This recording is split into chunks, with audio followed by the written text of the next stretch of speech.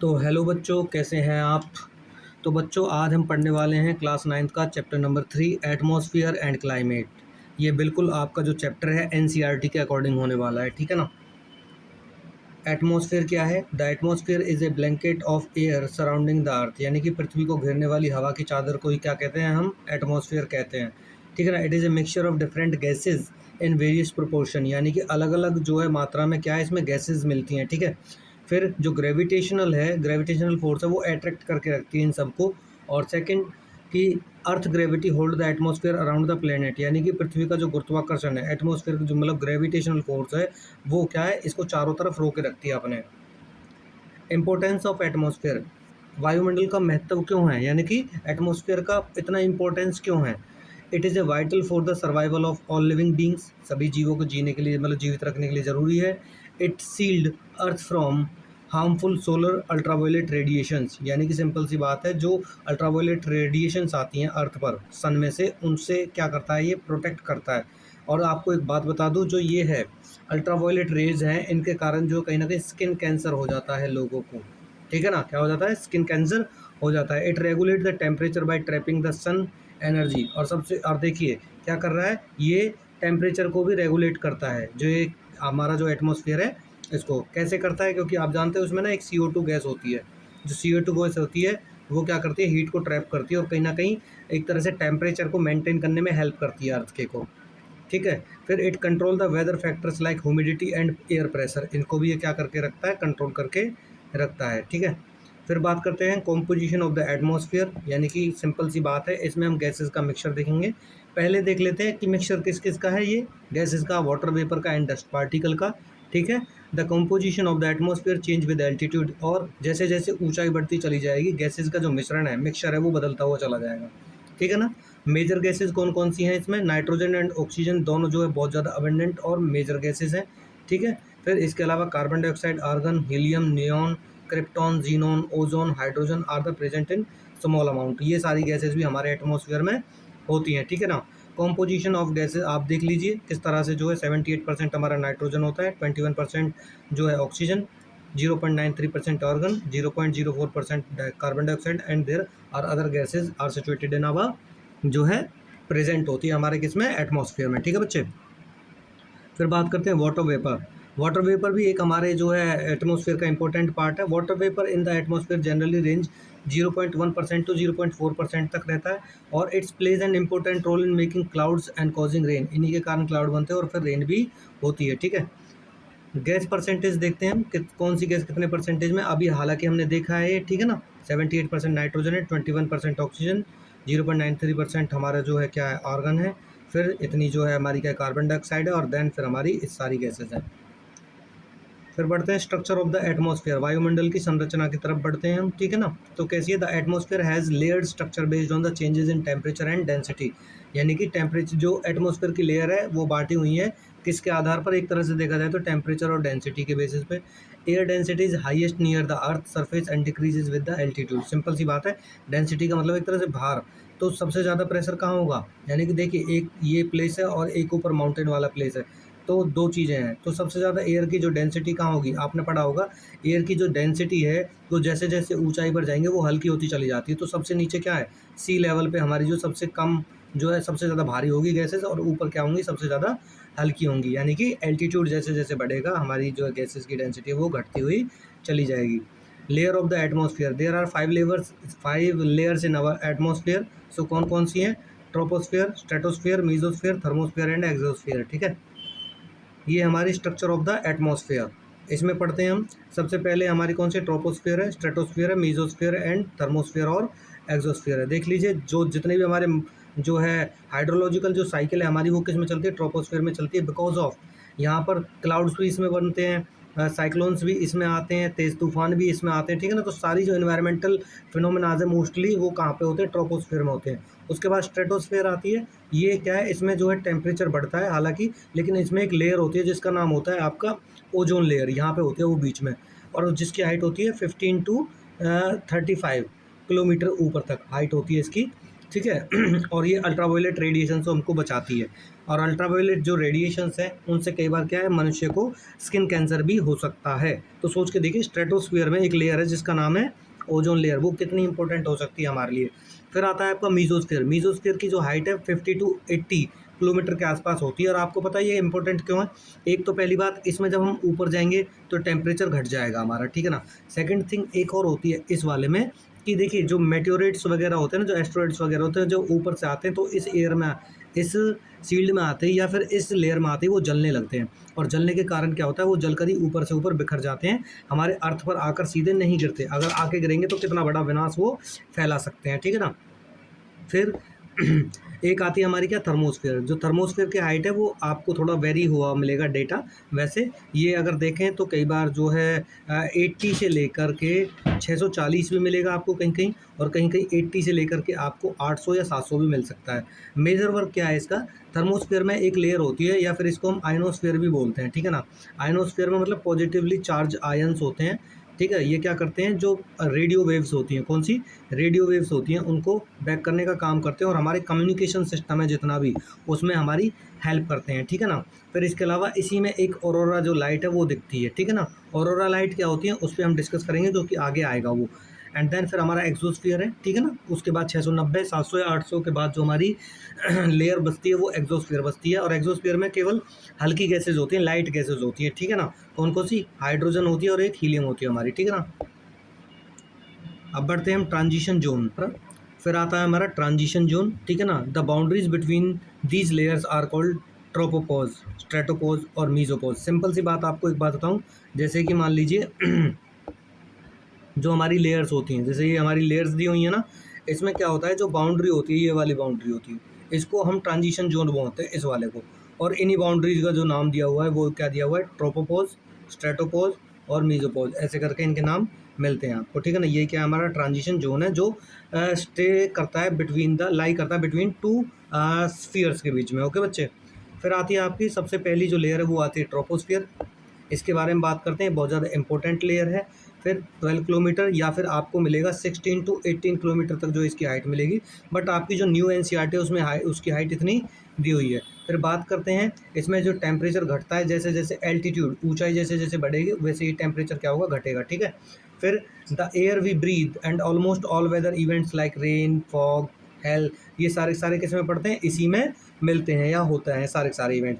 फिर it is separated from the stratosphere by the transition zone called tropopause, यानी कि stratosphere से ये इस लेयर को कौन अलग करता है, वो करता है ट्रोपोपोज, यानी कि जो ट्रांजिशन जोन है स्ट्रेटोस्फियर के बीच में और क्या इसके बीच में, ट्रोपोस्फियर के बीच में, ठीक है बच्चे। फिर बात करते हैं हम स्ट्रेटोस्फियर की। स्ट्रेटोस्फियर क्या है, ये हमारी अप टू 50 किलोमीटर तक मिलती है, ठीक है ना। और दूसरा, the layer is ideal for the flying aeroplanes because it has no cloud and weather disturbance, यानी सिंपल सी बात है, ना इसमें तूफान आता है ना बादल बनते, तो इसलिए एयर फ्लाइंग के लिए बहुत ज़्यादा मतलब अच्छी है एरोप्लेन उड़ाने के लिए, ठीक है ना। इट कंटेन ओजोन गैस, मैं आपको पहले बता चुका हूँ, हार्मफुल सोलर रेडिएशन से वो हमको बचाती है। और सिंपल सी बात है, इनसे बचाने के कारण, इनसे जो बचाएगी, और सबसे बड़ी बात, जो स्किन कैंसर हो सकता है लोगों को, उससे भी बचाएगी। Stratopause mark the boundary between the stratosphere and mesosphere. और जो स्ट्रेटोस्फियर और मीजोस्फियर की जो बाउंड्री बनाता है वो क्या बनाता है, ट्रांजिशन जोन स्ट्रेटोपोज बनाता है, ठीक है। फिर बात करते हैं मीजोस्फियर की। मीजोस्फियर क्या है, मीजोस्फियर में जो इसकी हाइट है आपको 80 किलोमीटर तक मिलेगी। इसमें जैसे जैसे एल्टीट्यूड बढ़ेगा वैसे वैसे टेम्परेचर घटेगा। और आपको पता है यहाँ पे इसकी बिल्कुल हाइट पे पहुँचकर -80 से 100 माइनस में जो आपको टेम्परेचर हो जाता है कई बार, ठीक है ना। Most meteorites enter from the space burn up in this layer. जितने भी मेटेओराइट्स आसमान से या फिर स्पेस से इसमें गिरते हैं वो जल जाते हैं इसी लेयर में आकर के और नष्ट हो जाते हैं। Temperature decreases with altitude only in the troposphere and mesosphere. ये बहुत इंपॉर्टेंट बात है कि ऊंचाई जैसे जैसे बढ़ती है वैसे वैसे एल्टीट्यूड बढ़ेगा तो टेम्परेचर जो हमारा वो क्या होगा, घटता है। बट ये जो होता है ऊंचाई के साथ टेम्परेचर घटता है, ये केवल दो लेयर्स में होता है, ट्रोपोस्फियर में और मीजोस्फियर में। ध्यान रखना, जो स्ट्रेटोस्फियर है उसमें टेम्परेचर बढ़ता है, थर्मोस्फियर है उसमें भी टेम्परेचर बढ़ता है, ठीक है बच्चे। फिर बात करते हैं थर्मोस्फियर। थर्मोस्फियर क्या है, थर्मोस्फियर में temperature rise very rapidly with altitude because gases absorb X ray and short wave radiation. Simple सी बात है, इसमें टेम्परेचर बढ़ता है क्योंकि ये क्या करती है, ये जो रेडिएशन है उसको एब्जॉर्व करती है ये लेयर। क्यों करती है, क्योंकि इसमें पॉजिटिवली आयंस होते हैं, चार्ज पार्टिकल्स होते हैं, ठीक है ना। द मतलब पॉजिटिवली चार्ज पार्टिकल्स होते हैं। फिर थर्मोस्फीयर एक्सटेंड 80 टू 700 किलोमीटर तक होता है, ठीक है ना। और इट कंटेन द आइनोस्फीयर, इसमें आइनोस्फीयर भी होती है, which help radio transmission by reflecting radio waves back to the earth. Radio waves को ये क्या करती है, रिफ्लेक्ट बैक करती है, that's why it is very helpful to किसमें, कम्युनिकेशन में जो मदद करती है। The north and south sorry the northern and जो सदर्न लाइट है known as aurora occurs in this layer. Aurora light क्या होती है उसके बारे में अब आपको मैं बताता हूँ। व्हाट इज ऑरोरा, ऑरोरा क्या है। So the word aurora comes from the Latin, means dawn या मॉर्निंग लाइट, यानी कि सिंपल सी बात है, जो आपने देखा होगा मॉर्निंग लाइट मतलब सनराइज से पहले जो हमारा दिन निकलता है थोड़ा थोड़ा, उसको क्या बोलते हैं, डॉन बोलते हैं।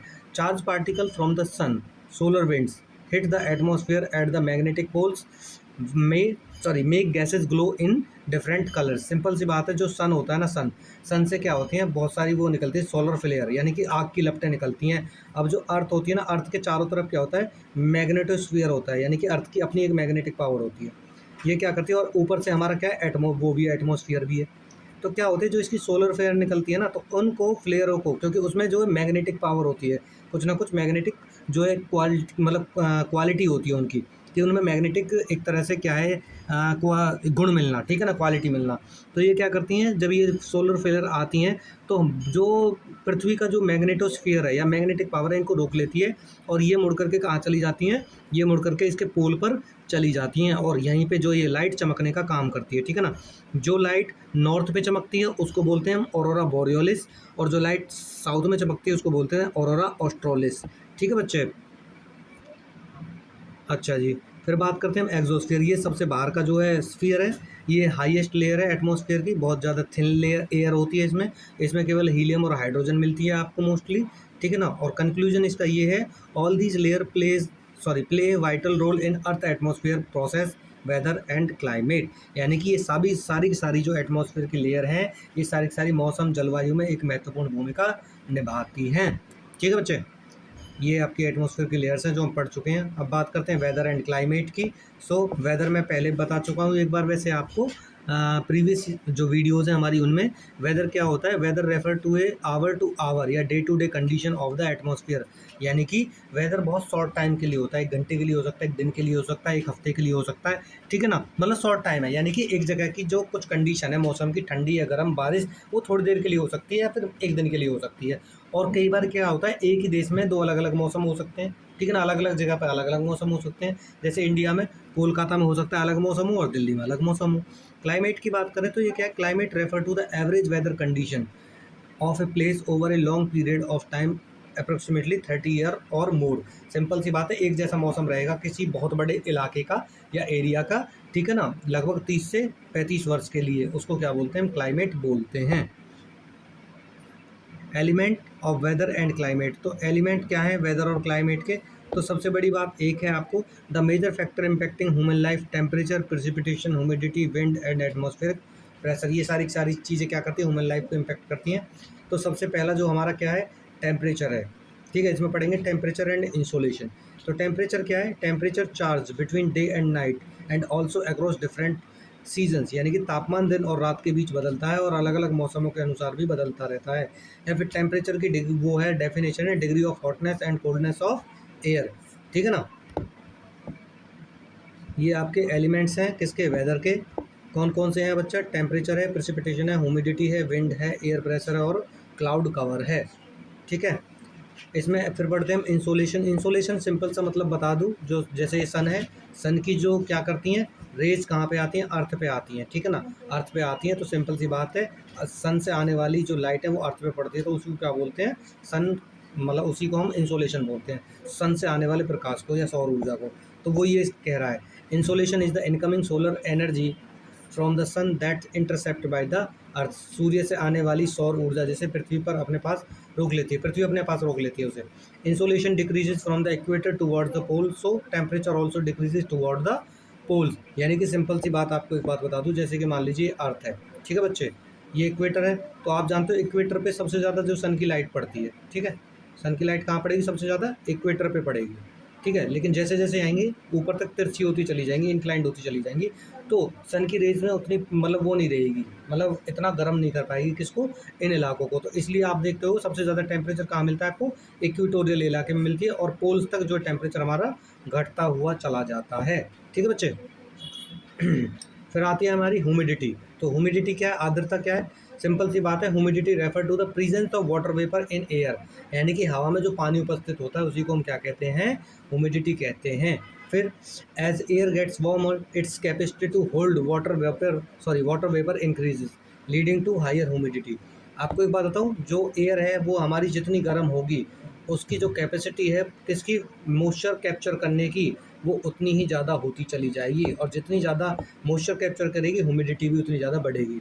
ठीक है। फिर क्या है, only high humid days clothes take longer to dry and sweat evaporate slowly making us feel uncomfortable. जैसे प्रेजेंट टाइम में हमारा टाइम चल रहा है, ठीक है ना, जैसे अत्यधिक आर्द्रता यानी कि ह्यूमिडिटी वाले दिनों में कपड़ों को सूखने में अधिक समय लगता है, और पसीने धीरे धीरे सूखता है, जिससे हम असहज महसूस करते हैं। जैसे प्रेजेंट टाइम में जुलाई वाला मंथ है, इसमें क्या होता है, गर्मी भी पड़ती है, और एयर में जो ह्यूमिडिटी है, वाटर वेपर ज़्यादा होता है, जिसकी वजह से जो हमारा पसीना जल्दी सी नहीं सूखता है, जिससे हम बहुत ज़्यादा अनकंफर्टेबल होते हैं। ठीक है ना। फिर क्या होती है प्रेसिपिटेशन। प्रेसिपिटेशन क्या है, water vapour condensed and fall back to the earth due to gravity when the atmosphere become saturated. यानी कि सिंपल सी बात है कि जो पानी होता है या फिर जो वाटर वेपर होता है वो जम जाता है ऊपर जाके, और जमने के बाद वो उल्टा अर्थ की ग्रेविटी के कारण, ग्रेविटेशनल फोर्स के कारण उल्टा अर्थ पे गिरता है। और प्रेसिपिटेशन के कई फॉर्म हो सकते हैं, drizzle, rain, snow, slit and hell, यानी कि बूंदाबांदी, बारिश, बर्फबारी, ओले। ठीक है ना। और ओलावृष्टि भी इसमें शामिल है, ओलावृष्टि मतलब ओले गिरना। ठीक है ना। तो ये सारे सारे प्रेसिपिटेशन के फॉर्म है, ध्यान रखना। प्रेसिपिटेशन अलग अलग रूप में गिर सकता है, बर्फ़ के रूप में गिर सकता है, स्नो के रूप में गिर सकता है। ठीक है ना। स्लीट यानी कि एक फोका सा जो वो होता है बर्फ़ का, वो गुच्छा सा। ठीक है ना। आपने देखा होगा कश्मीर में बहुत बर्फबारी होती है ऐसी। एंड एक होती है हमारी रेनफॉल जो पानी के रूप में गिरती है। तो प्रेसिपिटेशन के भाग हैं सारे सारे, इतने टाइप की प्रेसिपिटेशन होती है, उसी में से एक क्या है, रेन है। ठीक है। क्या है रेन, क्या है आप देख लीजिए। Rain is the most common form of liquid precipitation, पानी गिरता है, that's lower temperature and fill ground water.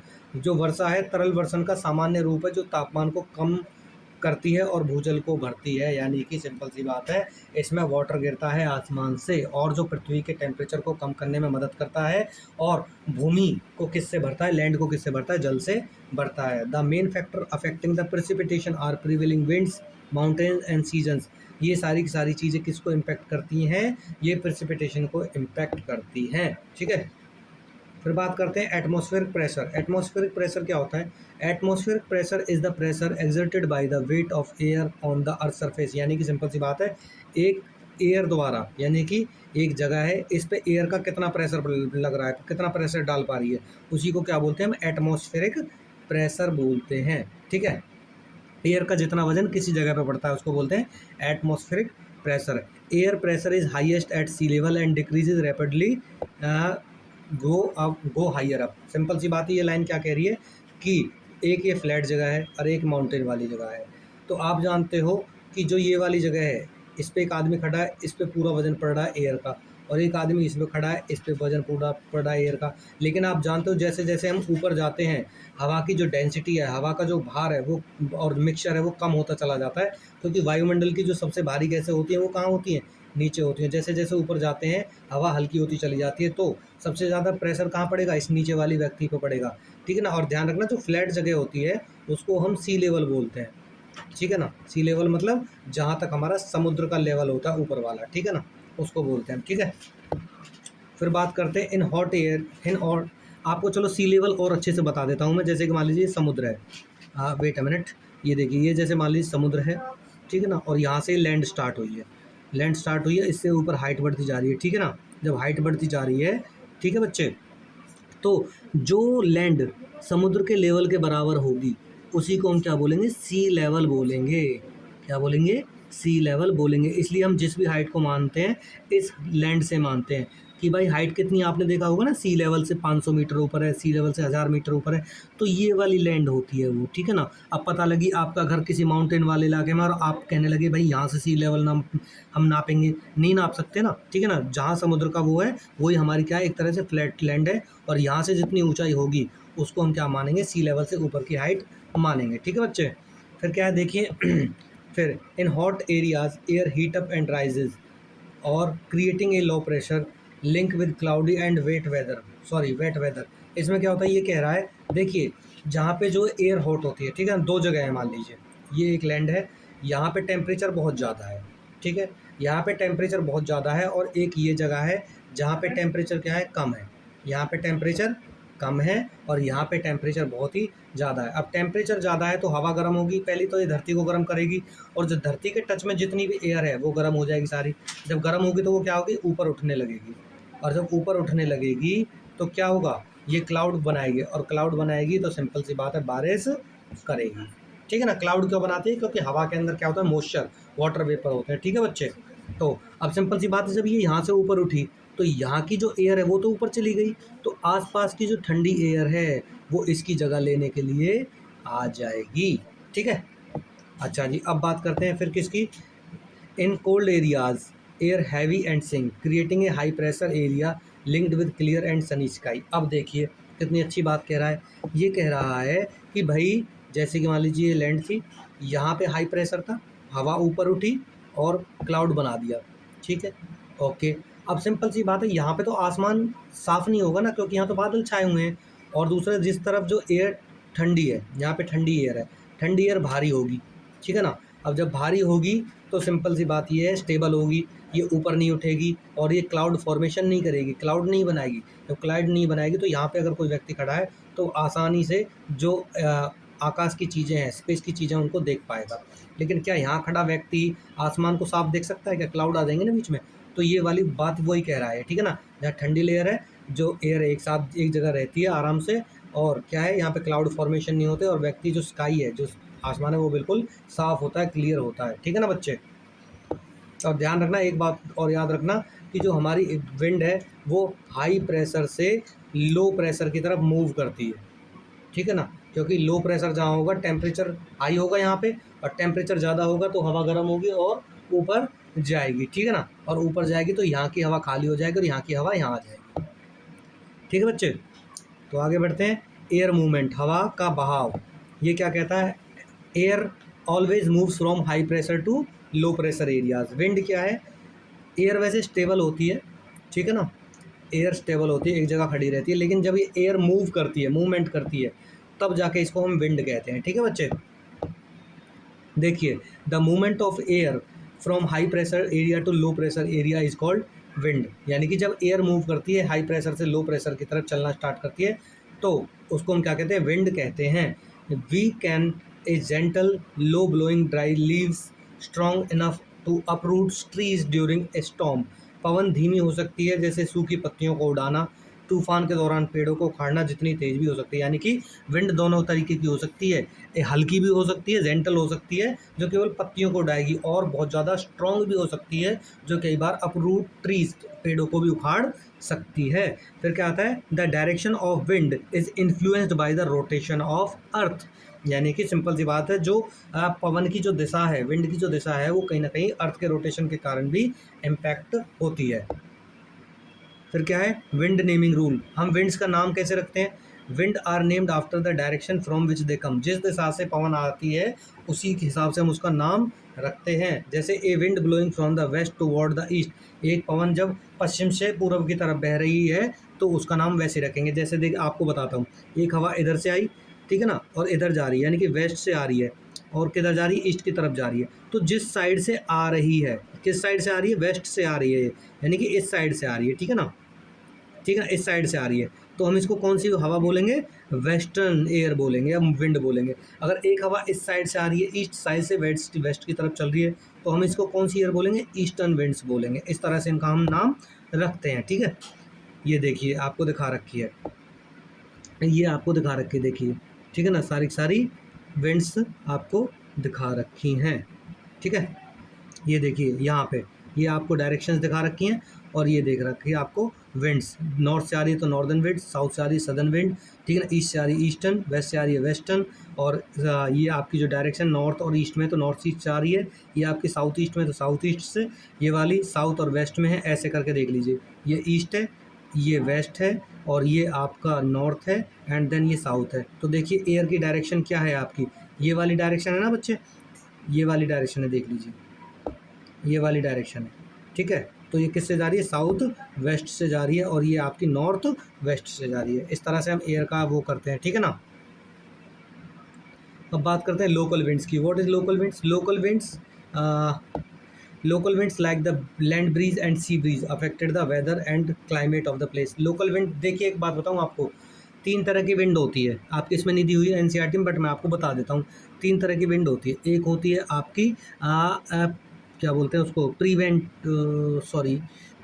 एक होती है आपकी परमानेंट विंड्स, एक होती है आपकी टेम्परेरी विंड्स, और एक होती है आपकी लोकल विंड्स, ठीक है ना। परमानेंट विंड होती हैं जो पूरे साल एक ही डायरेक्शन में बहती हैं। टेम्परेरी विंड वो होती हैं जो 4 महीने एक तरफ बहेंगी, 4 महीने मतलब सीजन टू सीजन बहेंगी, सर्दियों के मौसम में कैसे ही, गर्मियों के मौसम में कैसे ही। और एक होती है लोकल विंड जो छोटे इलाके में चलती हैं कई बार, ठीक है ना। तो परमानेंट विंड अगर देखें तो जो एक तरह से वेस्टर्ली और ईस्टर्ली नाम आता है, आप इसमें मत पढ़िए, फिर आपको मैं बता देता हूँ। जैसे आप केवल लोकल विंड पे अभी ध्यान दीजिए, ठीक है। ये आपकी लोकल विंड है, जैसे कि सी ब्रीज एंड आपकी लैंड ब्रीज, ठीक है ना। जो कोस्टल क्लाइमेट है, these winds are the necessary for creating mild and comfortable weather in coastal areas. ये लोकल विंड है जो लैंड ब्रीज और सी ब्रीज है। अब ये कैसे चलती है देखिए, आपको इसमें दिखा देता हूँ सीधा सीधा सा, यहाँ से आपको सारा कॉन्सेप्ट समझ में आएगा रहेगा लैंड ब्रीज और सी ब्रीज का। ये आपको सी ब्रीज दिखा रखी है। दिन के टाइम में टेम्परेचर यहाँ गर्म होता है अर्थ पीस पे, लैंड पे, तो सिंपल सी बात है, यहाँ की एयर उठ के ऊपर जाती है। जब उठ के ऊपर जाती है तो समुद्र हमारा ठंडा है, तो यहाँ की एयर, यहाँ जो स्पेस खाली हो गया है उसको भरने के लिए समुद्र से धरती की तरफ चलती हैं। तो इनको क्या बोलते हैं, समुद्र से धरती की तरफ चलने वाली जो विंड्स हैं उनको हम सी ब्रीज बोलते हैं, जो दिन के समय में कई बार चलती हैं। और दूसरी तरफ अगर हम बात करें किसकी, लैंड ब्रीज की, तो लैंड ब्रीज देखिए दिन के समय, अब रात के समय जो धरती है वो ठंडी हो जाएगी, और जो समुद्र है वो दिन का मतलब पानी देर से गर्म होता है, देर से ठंडा होता है, ठीक है। तो दिन भर जब धूप लगेगी पानी को गर्म हो जाएगा, तो रात के टाइम पानी गर्म हो गया, और जो लैंड है इसकी खासियत है जल्दी गर्म होती है, जल्दी ठंडी हो जाती है, तो रात में ठंडी हो जाती है और समुद्र गर्म हो जाता है, तो समुद्र के ऊपर की जो हवा है वो ऊपर जाने लगती है, ठीक है। और जो लैंड की जो एयर है वो ठंडी होती है, तो वो समुद्र की वायु जो खाली हुई है उसकी जगह लेने लगती है, तो इस तरह से एक सर्कुलेशन बन जाता है ऐसे, ठीक है। और इस वजह से क्या होता है, जो आसपास जो कोस्टल इलाके में जो हाउस होते हैं वहाँ पे ना ज़्यादा गर्मी पड़ती है ना ज़्यादा ठंड पड़ती है, और इस कारण से वहाँ पे जो टेम्परेचर है मॉडरेट टेम्परेचर रहता है, ठीक है ना, मीडियम टेम्परेचर रहता है, ठीक है बच्चे। फिर बात करते हैं क्लाइमेट ऑफ इंडिया। फिर बात करते हैं हम यहाँ पे क्लाइमेट ऑफ इंडिया की। क्लासिफिकेशन क्या है, the climate of India can be broadly classified as a tropical monsoon. हमारा यहाँ का जो मौसम है कैसा है, वो ट्रॉपिकल मानसून बोलते हैं हम। ट्रॉपिकल किस लिए बोलते हैं, ट्रॉपिकल क्योंकि एक तो यहाँ गर्मी बहुत ज़्यादा होती है, और दूसरा ये ट्रॉपिक एरिया में, तीसरा यहाँ पे मानसून भी आती है, ठीक है ना। फिर ऑफिशियल सीजन्स की बात करें, the Indian meteorological department IMD has recognised 4 जो मेन रीजन उसने रिकॉग्नाइज किए हुए हैं। कौन कौन से हैं वो 4 रीजन सीजन, एक विंटर होता है, एक समर होता है, एक मानसून का आना और एक मानसून का जाना, ठीक है ना, monsoon advancing and monsoon retreating. तो सबसे पहले पढ़ते हैं हम winter season. The winter season generally last from December to April तक रहता है। ये कोल्डेस्ट मंथ होता है इसमें दिसंबर से जनवरी। टेम्परेचर 10 से 15 डिग्री सेल्सियस होता है इसमें, ठीक है ना, और दिन के टाइम कई बार बढ़ जाता है, 20 से 25 डिग्री सेल्सियस हो जाता है। फिर आगे बढ़ते हैं, समर। समर क्या होता है, समर जो सीज़न है वो कब होता है हमारा, अप्रैल जून से लेके जुलाई अगस्त सितंबर, मतलब इतने तक होता है आराम से। और फिर क्या होता है, April is the hottest month. अप्रैल या मई बहुत ज़्यादा गर्म महीने होते हैं इसमें ना, ठीक है ना। और नॉर्दर्न इलाके में आपका मई का महीना बहुत ज़्यादा गर्म होता है। इसके अलावा द एवरेज टेम्परेचर क्या होता है यहाँ पे 32 से 40 डिग्री सेल्सियस होता है। कहाँ पे, आपने दिल्ली या इसके आसपास के इलाके देखे होंगे, यहाँ पे इतना टेम्परेचर मिलना आराम से मिल जाता है। फिर बात करते हैं हम मानसून और रेनी सीजन की। तो यानी कि जब आता है, the monsoon season generally span from June to September तक आता है। हरियाणा में लास्ट जून से स्टार्ट होता है लास्ट में, ठीक है, सितंबर तक होता है। It is dominated by humid south west summer monsoon winds, ठीक है। Monsoon rain recedes from north India in early October and while south India receive more rainfall during the transition. Simple सी बात एक है कि अक्टूबर की शुरुआत में भारत से उत्तर मानसून हटने लगता है, यानी कि मानसून वापस जाने लगता है, ठीक है ना, वापस। जब कि इसका जो इस दौरान जो दक्षिण भारत में जो तमिलनाडु है, साउथ इंडिया में जो तमिलनाडु है, वो मानसून के जाते टाइम क्या करता है, मानसून रिसीव करता है। क्यों करता है वो अभी आपको आगे बताऊंगा मैं। पोस्ट मॉडर्न सीजन या फिर रिट्रीटिंग मानसून हम बोल सकते हैं, ठीक है ना। रिट्रीटिंग मानसून कब होता है, यानी कि मानसून कब वापस जाता है, अक्टूबर से दिसंबर तक। और क्या होता है, जो नॉर्थ वेस्ट इंडिया होता है, ठीक है ना, उत्तर भारत जो होता है, इसमें क्या होता है, अक्टूबर से नवंबर में बारिश भी होती है, ठीक है। फिर the temperate Himalayan state experience 2 extra seasons called autumn और स्प्रिंग, यानी कि जो हिमालयी जो राज्य होते हैं वो शरद यानी कि ऑटम और वसंत यानी कि स्प्रिंग सीजन भी झेलते हैं, ठीक है ना, मतलब उनमें ये सीजन भी आता है अलग से, ठीक है। ये देख लीजिए, ये आपके क्या है, मानसून विंड्स हैं, ठीक है ना। ये इस तरह से हमारी जो मानसून विंड आती हैं इंडिया में, और इस तरह से मानसून विंड जाती हैं। जब आती हैं, ये देखिए नीचे इक्वेटर होगा, ये हवाएं ऐसे चल के आती हैं, ठीक है, ऐसे चल के आती हैं। और आपको पता है पृथ्वी पर एक फोर्स लगता है जिसको बोलते हैं कोरियोलिस फोर्स। वो क्या करता है, ये फोर्स उन बॉडीज़ पे लगता है, उस उन फ्री मूविंग बॉडीज़ पे लगता है जो अर्थ पे होती हैं, जैसे वाटर, एयर। जब ये एयर इक्वेटर 0 डिग्री को पास करेगी ना, तो ये इधर की साइड चली जाएगी, ठीक है। क्योंकि जो कोरियोलिस फोर्स है, एक फोर्स है कोरियोलिस, वो क्या करती है, वो नॉर्थ हेमिस्फीयर में तो सारी सारी चीज़ों को राइट की तरफ धकेलती है, ठीक है। और जो हमारा साउथ हेमिस्फीयर है उसमें सबको लेफ्ट की तरफ धकेलती है। तो जैसे ही ये एयर इधर एंटर करती हैं तो ये अपने राइट की तरफ मुड़ना स्टार्ट हो जाती हैं। और जब राइट की तरफ मुड़ना स्टार्ट हो जाती हैं तो आप देखिए इनकी डायरेक्शन कैसी है, ऐसी डायरेक्शन है। और ऐसे लगा लीजिए, जब इनकी डायरेक्शन ऐसे है तो ये इस साइड से आ रही है, तो इधर साउथ और इधर वेस्ट, इसीलिए इनको साउथ वेस्ट मानसून विंड भी हम बोलते हैं। ये पूरे इंडिया में बारिश करती हैं, ठीक है ना। और आपने देखा होगा ये स्पेस दिख रहा है आपको, ये वेस्टर्न घाट है, यहाँ पे बहुत ज़्यादा बारिश होती है, क्योंकि इनको इन विंड्स को कौन रोक लेता है, यहाँ पे एक पहाड़ है वो रोक लेता है। और जब इसको रोक लेता है तो सिंपल सी बात है, बारिश होती है यहाँ पे दनादन। फिर इसकी बात है, इसके अलावा इसकी 2 ब्रांचेज आती हैं इस हवा की। एक तो अरब सागर की साइड से आती है इसकी ब्रांच, एक बे ऑफ बंगाल की साइड से आती है। ये दोनों की दोनों इंडिया में बारिश करती हैं, और ये दोनों मिलती हैं यहाँ पे आकर के, ठीक है ना। पर हरियाणा, पंजाब, हिमाचल, उत्तराखंड वाले इलाके में आकर मिलती हैं और खूब बारिश करती हैं अच्छे से। अब मानसून जब जाता है, उल्टा जाता है, तो उल्टा जाता है तो कई तो यहाँ से होते हुआ जाता है, ठीक है ना। जब यहाँ से होता हुआ जाता है तो वो समुद्र से पानी जो मॉइस्चर कैप्चर करता है, एंड देन तमिलनाडु के लैंड से होते हुए जाता है, तो वो क्या करता है, तमिलनाडु में बारिश करता है। अब कहोगे सर ये विंड इंडिया की तरफ आई कैसे, क्या कारण था ऐसा? इसलिए आई क्योंकि आप जानते हो जैसे इक्वेटर है, ये समुद्र वाला इलाका है। गर्मियों में यहाँ पे कितनी गर्मी पड़ती है, यहाँ की जो एयर है गर्म होकर ऊपर उठ जाती है, और जब ऊपर उठ जाती है तो यहाँ के स्पेस को भरने के लिए यहाँ से जो हवाएं हैं, ठंडी हवाएं, वो इस तरफ आती हैं। अब मैंने बताया ना आपको, जो एयर है वो हाई प्रेशर से लो प्रेशर की तरफ बहती हैं, ठीक है। तो इस तरह से वो एयर यहाँ पे आते हैं फिल करने के लिए गर्मियों में। अब सर्दियों में उल्टा होता है, सर्दियों में जो लैंड है आप जानते हो ये ठंडी हो जाती है सारी सारी, लेकिन जो ओशियन का वाटर है वो गर्म हो जाता है सारा सारा। तो मतलब जो ओशियन की आपने लैंड ब्रिज और सी ब्रिज देखी ना, बिल्कुल वही मेथड है। और इसमें क्या होता है, जो समुद्र का पानी है वो गर्म होकर ऊपर उठ जाता है यहाँ से, और जो यहाँ पे जो ठंडी हवाएं थी धरती की, वो इस यहाँ के जो स्पेस है यहाँ से तो गर्म होकर उठ गई हवाएं, तो यहाँ की जो ठंडी हवाएं उनको भरने के लिए यहाँ पे आती हैं। और जब ये यहाँ पे आती हैं तो तमिलनाडु से होते हुए जाती हैं और यहाँ पे बारिश करती हैं, ठीक है बच्चे। अब बात करते हैं ट्रेडिशनल इंडियन सीजन्स, पारंपरिक भारतीय ऋतुएं कितनी हैं, तकरीबन 6 जो सीजन्स हैं, 12 महीनों को 6 सीजन्स में बांट रखा है। पहला कौन सा होता है, वसंत, ये आता है चैत्र वैशाख, यानी कि मार्च और अप्रैल का जो महीना होता है उसको हम बोलते हैं चैत्र और वैशाख बोलते हैं, ठीक है। फिर जो अगला होता है ग्रीष्म, ग्रीष्म यानी कि इसको ये किस में आता है, इसको बोलते हैं ज्येष्ठ और आषाढ़, मई और जून, मई को बोलते हैं ज्येष्ठ और जून को बोलते हैं आषाढ़। उसी तरह मार्च को बोलते हैं चैत्र और अप्रैल को बोलते हैं वैशाख। इसके अलावा जो आपकी वर्षा ऋतु है, वर्षा ऋतु कब आती है, ये आती है आपकी जुलाई और अगस्त में। जुलाई को बोलते हैं श्रावण, ठीक है ना, या सावन बोलते हैं लोकल भाषा में कई बार इसको, और अगस्त को बोलते हैं भाद्रपद, ठीक है। इसके अलावा आपकी शरद ऋतु आती है, तो सितंबर को बोलते हैं अश्विन और अक्टूबर को बोलते हैं कार्तिक। उसके अलावा आपकी हेमंत आती है, हेमंत किसको बोलते हैं, माघशीष और पौष। नवंबर को बोलते हैं माघशीष और दिसंबर को बोलते हैं पौष, ठीक है ना। ये हिंदी नाम है इनके, ठीक है ना, मंथ्स के, सीजन के अकॉर्डिंग दे रखे हैं सारे सारे। फिर आता है आपका शिशिर, शिशिर कब आता है आपका, जनवरी फरवरी में। जनवरी को बोलते हैं माघ और फरवरी को बोलते हैं हम फागुन। ओके बच्चे। Meaning and origin of monsoon, अब हम पढ़ते हैं मीनिंग एंड ओरिजिन ऑफ। तो meaning and origin of monsoon, ठीक है। Monsoon refer to the seasonal reversible in the wind direction during the year, यानी कि सिंपल सी बात है, ये वो विंड है जो सीजन के अकॉर्डिंग बदल जाती हैं। The word is derived from the Arabic word mausim. इस वर्ड को कहाँ से लिया गया है? मौसम शब्द से लिया गया है, ठीक है ना, जिसका मतलब होता है season.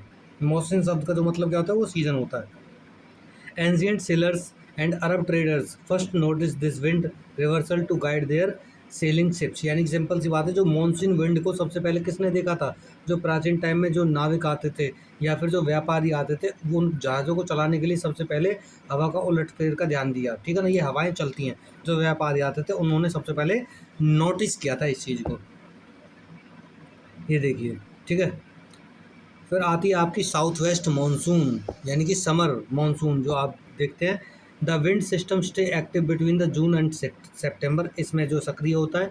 In summer the land heat up faster than the surrounding ocean, creating low pressure over the India. जैसे मैंने आपको पहले बताई थी वही वाली बात, आप याद कीजिए। मैंने आपको क्या बताया इससे पहले? मैंने बताया कि समर सीजन में जो नॉर्थ इंडिया वाला ये वाला हिस्सा, ये गर्म हो जाता है, तो यहाँ की हवाएं तो ऊपर उठ जाती हैं, लेकिन समुद्र की हवाएं तो ठंडी हैं, तो वो क्या करती हैं? इसकी जगह भरने के लिए यहाँ से आने लगती है, ठीक है ना। यही कह रहा है ये। फिर क्या कह रहा है? अगली लाइन क्या कह रहा है बच्चे? ये कह रहा है in summer the land heats up faster than the surrounding oceans creating low pressure over the India. India के ऊपर, पूरे के ऊपर लो प्रेशर क्रिएट हो जाता है, और जो आसपास की समुद्र की हवाएं वो इंडिया की तरफ आना स्टार्ट कर देती हैं, और दो हिस्सों में आती हैं वो। एक अरब सी साइड से आती हैं, एक अरब सी साइड से, और एक बे ऑफ बंगाल की साइड से आती हैं। The summer monsoon accounts for most of the rainfall in India through out the year, यानी कि इंडिया में जो सबसे ज़्यादा बारिश होती है वो मोस्टली किससे होती है? इसी मानसून से होती है, समर वाली से, ठीक है।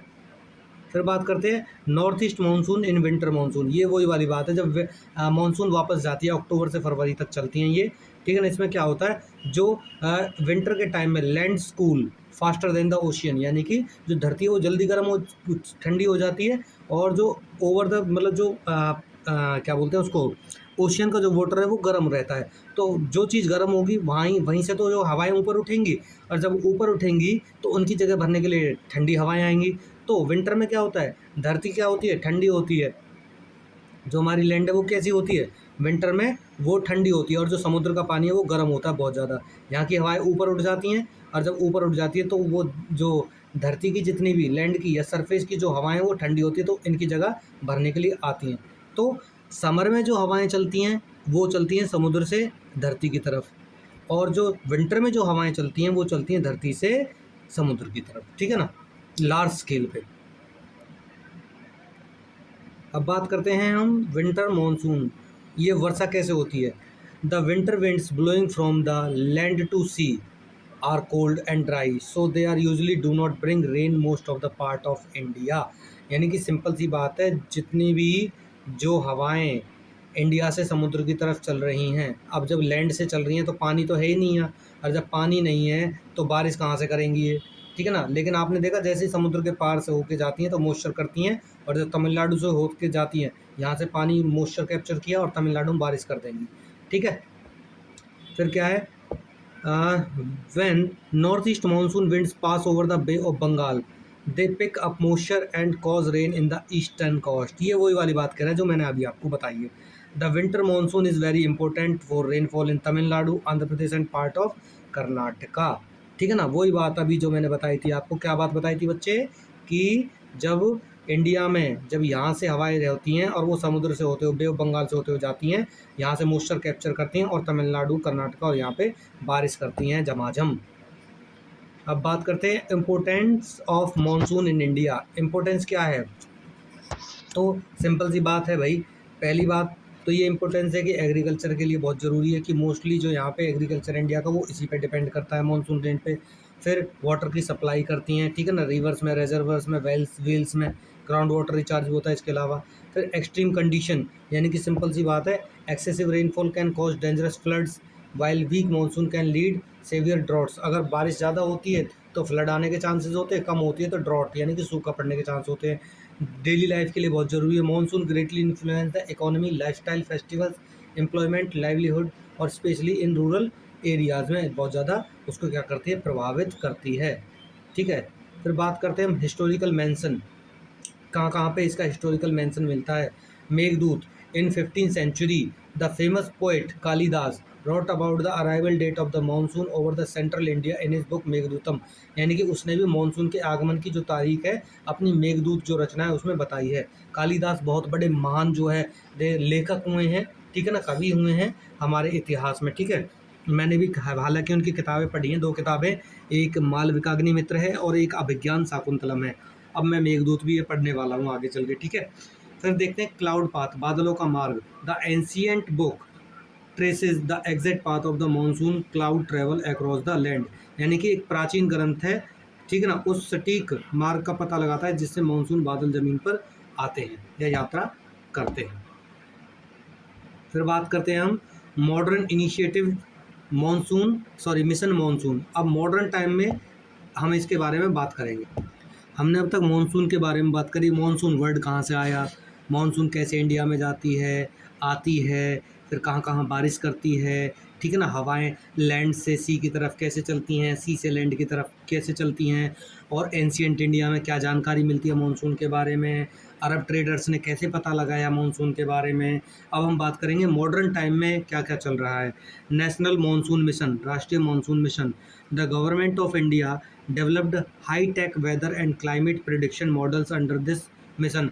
भारत सरकार ने इस मिशन के तहत यानी कि हाई टेक्नोलॉजी वाले मौसम और जलवायु पूर्व अनुमान मॉडल विकसित किए हैं, यानी कि एक ऐसे टेक्नोलॉजी के थ्रू कि हम ताकि पहचान सकें कि भाई कौन सा मौसम होने वाला है, इसके बारे में पता लगाते हैं हम इस मिशन के थ्रू। फिर मिशन मौसम ऑब्जेक्टिव, यानी कि मिशन मौसम उद्देश्य, the initiative aim to position India as a global leader in weather and climate science, यानी कि इसका पहला उद्देश्य ये है भारत मौसम और जलवायु विज्ञान में एक वैश्विक नेता बनेगा, ठीक है ना। फिर क्या है आपका, it want to make entire nation weather ready and climate smart by meeting top global standards. ये भारत को क्या कर रहा है, यानी कि इंटरनेशनल स्टैंडर्ड लेवल पे क्या कर रहा है भाई, मौसम के लिए तैयार और जलवायु के प्रति समझदार बनाना चाहता है। फिर दूसरा, इट हेल्प इम्प्रूव फोरकास्टिंग की sectors like agriculture, disaster management and rural development. Simple सी बात है कि अगर वेदर फोरकास्टिंग होगी तो वेदर फोरकास्टिंग से एक फ़ायदा होगा कि आप एग्रीकल्चर फील्ड में जो नुकसान होगा उसको बचा सकते हैं, डिजास्टर से जो नुकसान होगा उसको बचा सकते हैं। कैसे बचा सकते हैं, आपको मौसम पहले ही पता लग जाएगा और आप उसके बारे में पहले ही रेडी हो जाएंगे निपटने के लिए।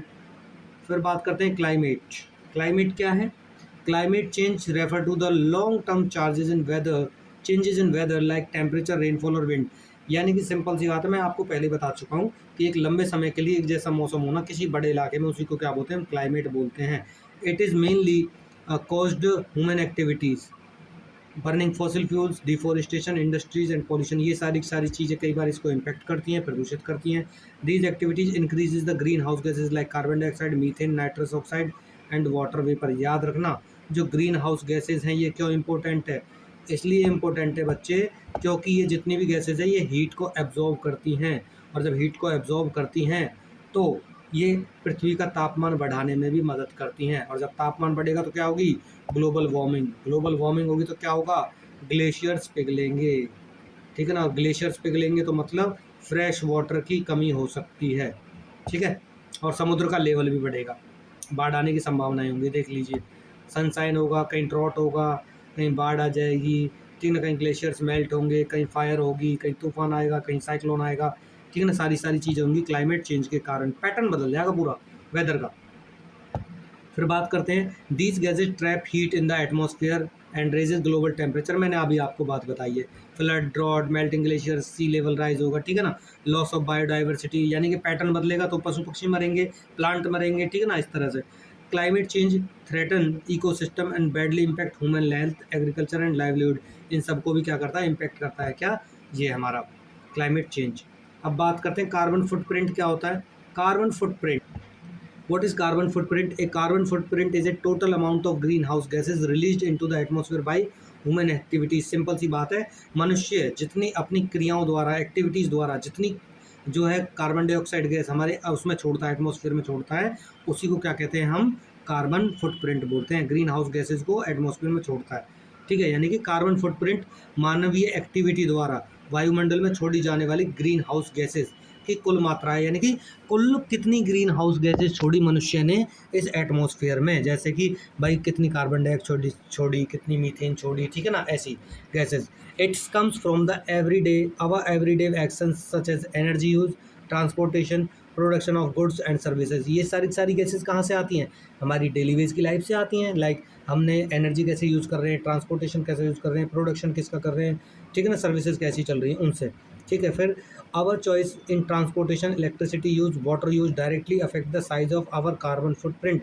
हम किस तरह इनका यूज़ करते हैं, डायरेक्टली कहीं ना कहीं हमारे कार्बन फुटप्रिंट के बारे में बताता है कि आप कितनी गैसेज क्या कर रहे हैं, प्रोड्यूस कर रहे हो, ठीक है।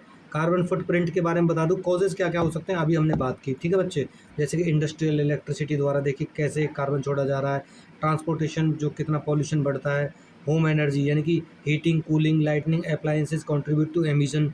फिर इसके अलावा फूड यानी कि ग्रोइंग, प्रोसेसिंग, ट्रांसपोर्टिंग, कुकिंग, ये सारी सारी चीज़ें होती है। वेस्ट जो होता है वो रोल प्ले करता है। हम रिड्यूस कैसे कर सकते हैं? अब सबसे बड़ी बात है, कार्बन फुटप्रिंट मैटर क्यों करता है आपके लिए? कार्बन फुटप्रिंट मैटर इसलिए करता है बच्चे, green house gases trap heat. जो कार्बन फुटप्रिंट, जितनी हम कार्बन डाइऑक्साइड या ग्रीन हाउस गैसेज निकाल रहे हैं, वो हीट को ट्रैप करती हैं, और जब हीट को ट्रैप करती हैं तो leading to climate change, climate change होता है, एक्सट्रीम वेदर्स जो होने लगते हैं, और सी लेवल राइज होने लगता है, ठीक है ना। बहुत ज़्यादा सूखा पड़ेगी या बहुत ज़्यादा बारिश होगी, मतलब पूरा पैटर्न चेंज हो जाएगा, जिससे कि ह्यूमन लाइफ छोड़िए, पूरी की पूरी अर्थ का जो सिस्टम है वो बिगड़ जाएगा। अब इसको रिड्यूस कैसे कर सकते हैं हम? भाई एनर्जी का जो यूज़ है बहुत वाइजली करना है, बुद्धिमानी से करना है। फिर चूज़ लो कार्बन ट्रांसपोर्ट, ऐसा ट्रांसपोर्ट यूज़ करो जिससे में कि बहुत ज़्यादा कम ग्रीन हाउस गैसेज निकलें। ईट मोर प्लांट बेस्ड फूड्स, यानी कि हमको ऐसे खाना खाना चाहिए जो प्लांट बेस्ड हो, जिनको प्रोसेस करने की कम से कम ज़रूरत पड़े। हम क्या कर सकते हैं इसके अलावा, एक पैटर्न अपना सकते हैं 3R का। 3R मतलब रिड्यूस, रीयूज़ और रिसाइकिल का, ठीक है ना। किसी भी प्रोडक्ट को हम वेस्ट नहीं करना है हमको। Plant trees and protect nature, हमको उनको प्रोटेक्ट करना है, ठीक है। अब बात करेंगे हम एक रियल इंसिडेंट पे, पंजाब फ्लड 2025। ये एक आपकी केस स्टडी दी हुई है आपके एनसीईआरटी में। तो in 2025 Punjab experience severe flood due to heavy monsoon rains and the swelling of major rivers. यानी कि साल 2025 में पंजाब में भारी मानसून बारिश और मुख्य नदियों के उफान के कारण गंभीर बाढ़ आई। The flood water come from the swelling of the Sutlej, Beas and Ravi, यानी कि जो बाढ़ का पानी है सतलज, ब्यास और रावी नदियों के उफान पर आने से आया था। फिर बात करते हैं, देखिए किस तरह से फ्लड में जो लोग डिस्प्लेस होते हैं one place to another place. फिर the flood damage large part of the states including villages, agriculture fields, house, roads and bridges, सबको उसने क्या किया, नुकसान पहुंचाया। The disaster caused heavy economic losses, social disruption, environmental damage, highlighting the need for better flood management. यानी कि simple सी बात है, इस आपदा के कारण, इस डिजास्टर के कारण भारी आर्थिक नुकसान हुआ, इकोनॉमिक लॉस हुआ, सामाजिक जो सोशल डिसरप्शन हुआ, हमारे इन्वायरमेंट को लॉस हुआ। फिर जिसने ये बताया कि भाई हमको किस तरह से डिजास्टर को अच्छी तरह मैनेज करना आना चाहिए, फ्लड को मैनेज करना आना चाहिए, उसकी नीड कितनी है, ठीक है ना। फिर नेचुरल कॉजेज़ ऑफ फ्लड क्या हो सकते हैं आपके? नेचुरल कॉजेज़ में देखी जाए तो very heavy monsoon rain were made even worse by the western disturbance that brought extra moisture and rain। Simple सी बात है, हैवी रेन के कारण जो हो सकता है, कई बार heavy rain fell not only in Punjab but also nearby hills area of Himachal Pradesh and Jammu and Kashmir. Simple सी बात है, हैवी रेनफॉल केवल पंजाब में ही नहीं हुई थी, इसके अलावा हिमाचल प्रदेश और जम्मू कश्मीर के नज़दीक जो पहाड़ी इलाके हैं उनमें भी हुई थी। जिस कारण क्या हुआ, जो वहाँ से नदी बहकर आती हैं, सतलज, ब्यास, रावी, घग्गर, उनमें क्या हुआ, बहुत ज़्यादा पानी आ गया, ओवरफ्लो होने लगा, जिसके कारण क्या हुआ, मतलब एक तरह से बाढ़ आ गई, अतिरिक्त पानी, एक्स्ट्रा पानी की वजह से। ह्यूमन मेड कॉजेज़, कौन कौन से ह्यूमन मेड है जो कॉजेज़ हैं इसके फ्लड के?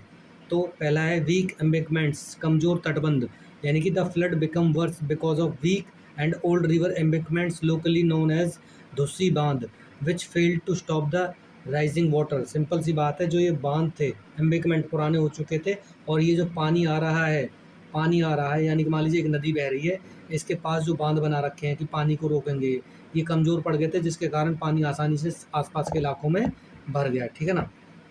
फिर दूसरा क्या था, encroachment, people had build houses and farms too close to the river which reduce the natural space available for the flood water to spread safely. यानी कि मान लीजिए एक नदी है ये, ठीक है ना, अब मानसून नहीं है हमारा, तो नदी का पानी बहुत कम जगह पर रहेगा, ठीक है। लेकिन अब जब मानसून आती है तो नदी का जो ओरिजिनल पानी है वो कहाँ तक होता है वैसे, वो यहाँ तक होता है वैसे। तो इन्होंने जब कम पानी था तो लोगों ने कई बार क्या है यहाँ घर बना लिए। अब जब मानसून आई तो मानसून में पानी फैला, और जब पानी फैला तो इन इलाकों में भरा जो उसका ओरिजिनल प्लेस था, तो इस वजह से उनको बाढ़ का सामना करना पड़ा। इसको बोलते हैं एनक्रोचमेंट और अतिक्रमण।